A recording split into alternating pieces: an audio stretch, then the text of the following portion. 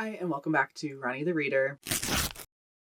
Today we are going to be taking a look at a little bit of a scandal drama situation, and this is part of a little series that I want to do here over the month of August.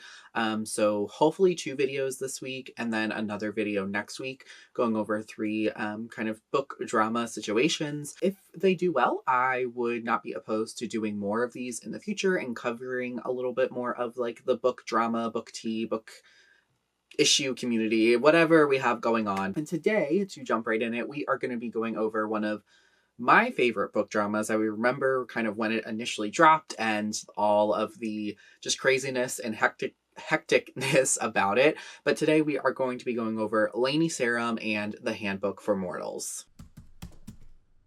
So if you're not familiar at all, this is kind of a condensed version. So there are a lot of videos that are much longer in depth, covering a lot of things in this drama. Back in August of 2017, Lani Sarem showed up on the showed up as number 1 on the New York Times bestseller young adult list that New York Times obviously puts out. The New York Times bestseller list, it is a kind of prestige, a badge of honor, essentially. Although the list itself doesn't necessarily mean a whole lot.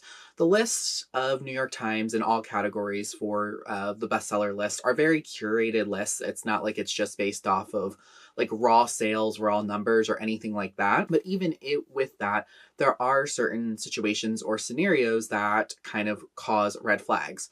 So this book popped up number 1 in August, and no one had really heard of the book before. No one had seen like many reviews or had kind of heard of any hype of this book coming out. So it's release day and then suddenly it's number 1. And I think an important thing to keep in the back of your mind through all of this is that this book, when it showed up at number 1, knocked off The Hate U Give by Angie Thomas, which is a really, really like well-renowned young adult book that is about like the Black Lives Matter movement, and it was very impactful and important of a book when it came out, and people loved it. It's written very well. This book is just super well loved, and people were really obsessed with it when it came out. And so when this like young adult fantasy science fiction book came out, people were like, what is this? And so they started to investigate a little bit further, and basically Lani Sarem as an author had written this book that I'm not going to go too in depth on like the plot of the actual book itself in this video, but it is, like I said, a young adult science fiction fantasy that essentially is like a stand-in for Lani Sarem's life. So it's following this young girl named Zaid who moves to Las Vegas and joins this like magician show, and there's like magic in it. There are real life people who are in this book, including the Plain White T's and Jackson Rathbone, who was in Twilight. The Plain White T's is a kind of mid-2000s rock band. I'm sure a lot of people know who they are. Their song, Hey There Delilah, kind of like a very famous song that I'm sure a lot of people do know. Lani Sarem herself, the author, did actually used to manage the Plain White T's along with other bands, and she really came from the like music world. Handbook for Mortals was published by, oh my god, what was the name of the publisher? I forget. Hold on. Handbook for Mortals was published by Geek Nation, which is like a, it was a website. It was run by some pretty famous people, including Claire Kramer, who was in Buffy the Vampire Slayer. She also was in Bring It On, which is one of my favorite movies, and I actually just watched Bring It On yesterday for like the first time in so many years. Fantastic. Definitely holds up. So besides the point, Geek Nation was not a book publisher, and so they essentially launched this publishing portion of their company, and then their first book, and so far only book to this day to be published, might I add, is Handbook for Mortals. And with the further investigation of how this came about, they found that Lani Sarem was partnered with a male celebrity who is an actor who I just don't necessarily respect how he's gone about this situation, and so I'm not gonna necessarily name him. He is in the thumbnail though, so you definitely can look him up if you want. And the only reason I'm really using Lani Sarem's name is just because I feel like it's very important in the story that you say the author's name. But the other people, as much as I can involved in the story that I feel have done wrong, I'm gonna try not to say their name, just kind of out of like pettiness and disrespect a little bit, if I'm being honest. But essentially, she partnered with this guy, and they really wanted this to be like a multimedia project. Handbook for Mortals started as a movie idea, but moved into a book. Frankly, in my opinion, because I feel like Lani Sarem and this team thought it would be easier to sell a young adult book, both as a book and then as like a movie franchise, essentially, because this is supposed to be a series. It took no regard for how their actions of what they actually did were going to affect people. Basically, what they did was fake bulk order these books, which is not necessarily illegal. They placed large amounts of orders of these books from specific bookstores that did report to the New York Times, essentially placing the order that would just be below the threshold to be like flagged, because New York Times does have a system where a book gets like a black dagger if it thinks it's kind of not true traditional sales.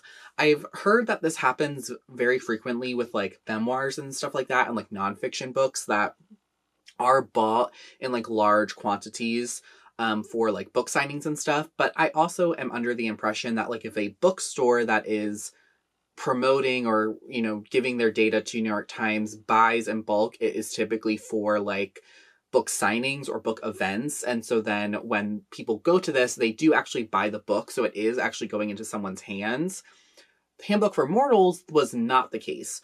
What Lani Sarem and the team spun was that essentially they did all of these bulk orders not for like large book events, but more conventions, because she comes from the music world and she said that it's a common practice in like the music industry to buy bulk CDs and then just hand them out to people for free, which is like all in great, I guess. Like I don't know that practice. I don't know the music industry or anything like that. But as far as a book, it's you can just like hand it out and then count that as like a sale and people are reading and loving my book because you have like no idea. So it's very odd for authors specifically to buy large books and then go to conventions and then sell a huge amount of books at those conventions. To my knowledge, book conventions, while yes, there are some books sold, it's more so kind of just spreading the word about like newer books and meeting authors and getting things signed, not necessarily going on like a full-on press tour to sell your book after you've already bought a large amount of copies of them to basically make it be hyped. And so all of this went down, and essentially 23 hours later, which is a really funny timestamp, the book was removed from the New York Times bestseller list, and The Hate You Give was rightfully restored to the #1 on the list.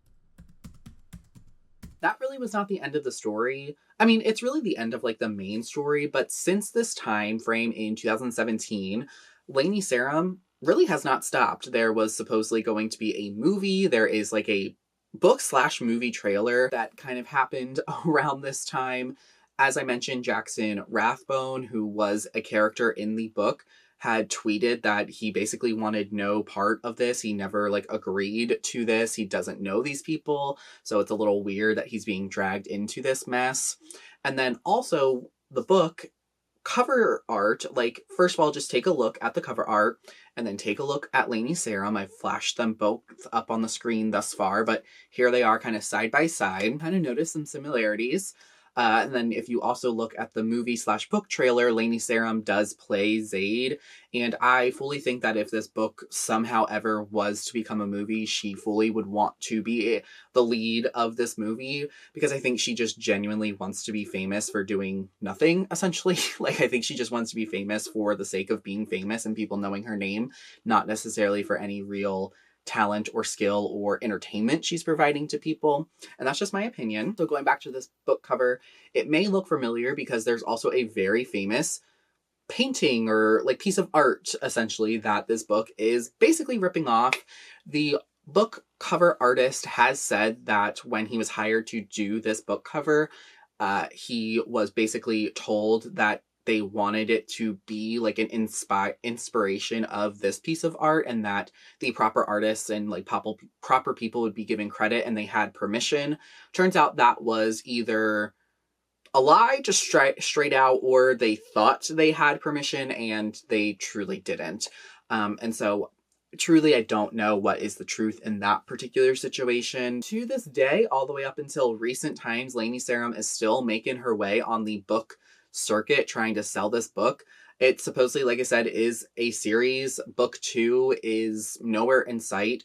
The movie adaptation is supposedly in the works. There is an IMDb page for it. Also, Lani Sarem kind of weirdly now wears this 23 hours on the New York Times bestseller list as like a badge of honor. She like has it on like her posters and stuff when she's at conventions and events. And truthfully, truly, it just doesn't seem like she learned anything from this situation and that she doesn't think she did anything wrong. I mean, I think that was true in the moment when all of this went down and her response to it.